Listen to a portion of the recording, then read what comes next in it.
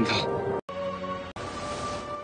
Halo semua, selamat datang di Kahara Channel. Apa kabar kalian semua? Semoga dalam keadaan baik-baik saja ya. Di video kali ini, Mimin mau review drakor yang berjudul Missing the Other Side untuk episode pertamanya. Drakor ini dimulai dengan berita kehilangan seseorang perempuan bernama Kim So-hee, dan di berita saat ini mengatakan kalau telah banyak terjadi penculikan anak-anak yang terus meningkat. Terlihat seseorang yang berjalan membawa sekop dan ada tas anak perempuan ini di tangannya. Sepertinya dia pun terlihat menggendong seorang anak. Apakah ini kasus penculikan lainnya? Di mana saat itu terjadi hujan, di sana terjadilah sebuah pembunuhan oleh seorang pria. Scene berpindah ke seorang pria tampan yang berada di sebuah tempat peminjaman uang, atau mungkin mereka adalah rentenir. Tetapi mereka mendapatkan uang dengan cara menipu pedagang kecil. Makanya lelaki yang bernama Kim Wook dan teman-temannya, mereka bertiga mengatur rencana dengan menipu mereka kembali dengan menawarkan investasi yang menggiurkan. Di awal rencana mereka berhasil, tapi sayang tiba-tiba para penipu menyadari kalau mereka telah ditipu. Untungnya Kim Wook tidak berhasil ditemukan mereka. Uang didapatkan dikembalikan ke para pedagang yang menjadi korban. Scene berpindah ke sebuah penemuan mayat yang sedang diperiksa oleh polisi. Ternyata korban meninggal setahun yang lalu dan baru ditemukan sekarang. Detektif Baek Idu dari unit orang hilang juga ada di sana melihat mayat tersebut. Korban yang di awal scene dibunuh oleh seorang laki-laki dan dimasukkan ke dalam lemari es sehingga tubuhnya awet. Dia adalah seorang detektif bernama Shin Jo-hoo yang akan sebentar lagi menikah dengan Choi Yona. Saat mendatangi tempat mengepas pakaian, ternyata janjinya sudah dibatalkan oleh Yona. Ternyata mereka sedang ada masalah guys. Berpindah scene ke Kim Wook, dia mendengar suara seseorang minta tolong di mana seorang perempuan dibawa oleh sekelompok orang dengan mobil. Dia berusaha untuk membantu, tapi di sisi lain dia dicegat oleh anak buah penipu ini. Terjadilah perkelahian di antara dua geng, si penipu dan si penculik. Kim Wook mencoba meloloskan diri dari mereka semua. Saat berlari, dia tertabak oleh mobilnya Shin Jo-hoo dan membuatnya harus dibawa ke rumah sakit. Melihat Kim Wook terkapar, para penculik ini membiarkannya. Di rumah sakit, Kim Wook mengalami gagal jantung. Di sana terlihat ada flashback di mana seorang anak kecil yang melihat sebuah rumah dari balik pagar. Tapi untunglah detak jantung Kim Wook kembali dan dia siuman. Di kantor polisi, detektif Baek Idu kedatangan seorang ibu yang kehilangan seorang anak yang bernama Hae-nul, dan ayahnya juga mendatangi kantor polisi.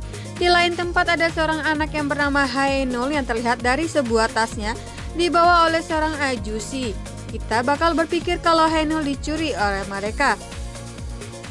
Poster Hae-nul mulai disebarkan di mana-mana, begitupun pencarian oleh polisi. Di rumah sakit, Kim Wook selesai. Dia dibolehkan untuk pulang dari rumah sakit. Selesai dari rumah sakit, detektif Shin Jo-hoo kembali mengecek TKP. Dia memeriksa untuk mencari jejak pembunuh ini dan dia menemukan sebuah resi di sana. Kim Wook yang sedang berjalan sambil menelpon kawannya mengatakan kalau dia akan melapor ke polisi atas kejadian penculikan tadi siang. Tetapi sayang dia berhasil ditangkap oleh penculik ini dan HP-nya terjatuh. Para penculik hendak menguburkan Kim Wook, tapi Kim Wook mencoba meloloskan diri karena gelap di malam hari membuat Kim Wook terjatuh ke jurang.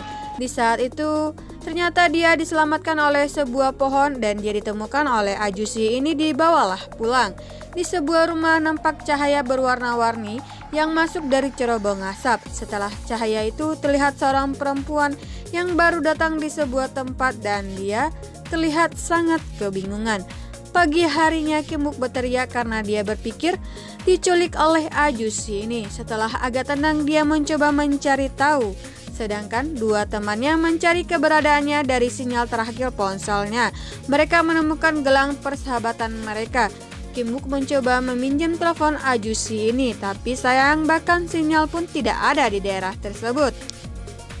Kim Wook yang juga kehilangan dompetnya kembali ke tempat dia jatuh. Dompetnya ketemu, tapi para penculik ini datang kembali, tentu saja untuk memastikan mayatnya.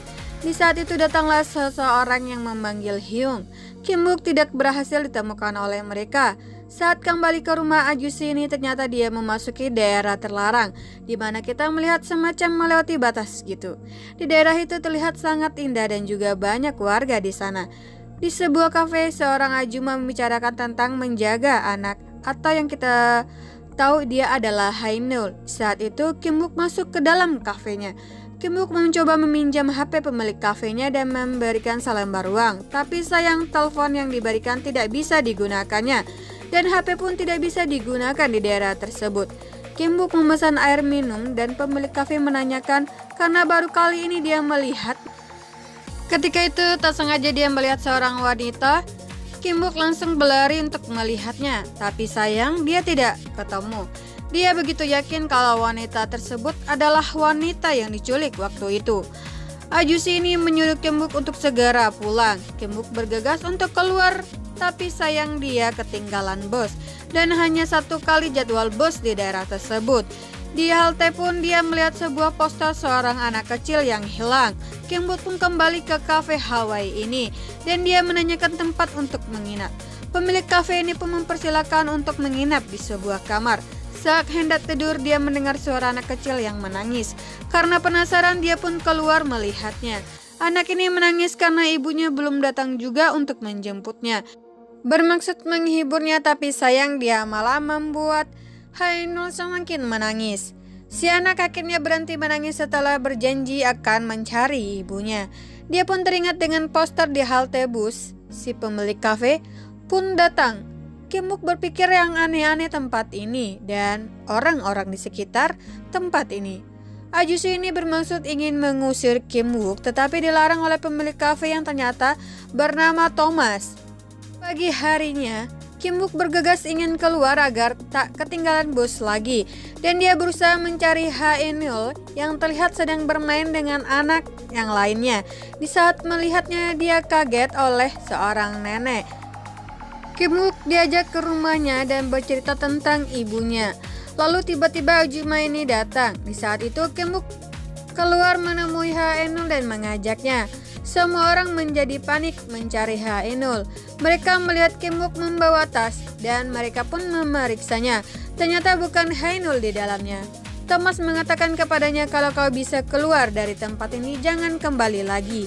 Ternyata sengaja semua sudah diatur oleh Kim Wook. Akhirnya dia bisa membawa Hainul untuk keluar dari tempat tersebut. Setelah dirasa cukup jauh dari lokasi, Kim Wook memeriksa tas dan dia kehilangan Hainul. Segera dia mengejar bus dan meminjam HP seseorang di dalam bus. Dia menelpon polisi dan melaporkan anak hilang di desa Daun. Detektif Baekdo yang mendapat kabar tersebut. Sedangkan Kim Wook kembali ke pemukiman mereka dan melihat Hainul yang sedang bermain. Dia pun kembali menggendong Hainul dan membawanya pergi. Nenek ini menuntun mereka. Di saat itu membuka pintu, dia memasuki rumah yang berbeda di terakhir kalinya.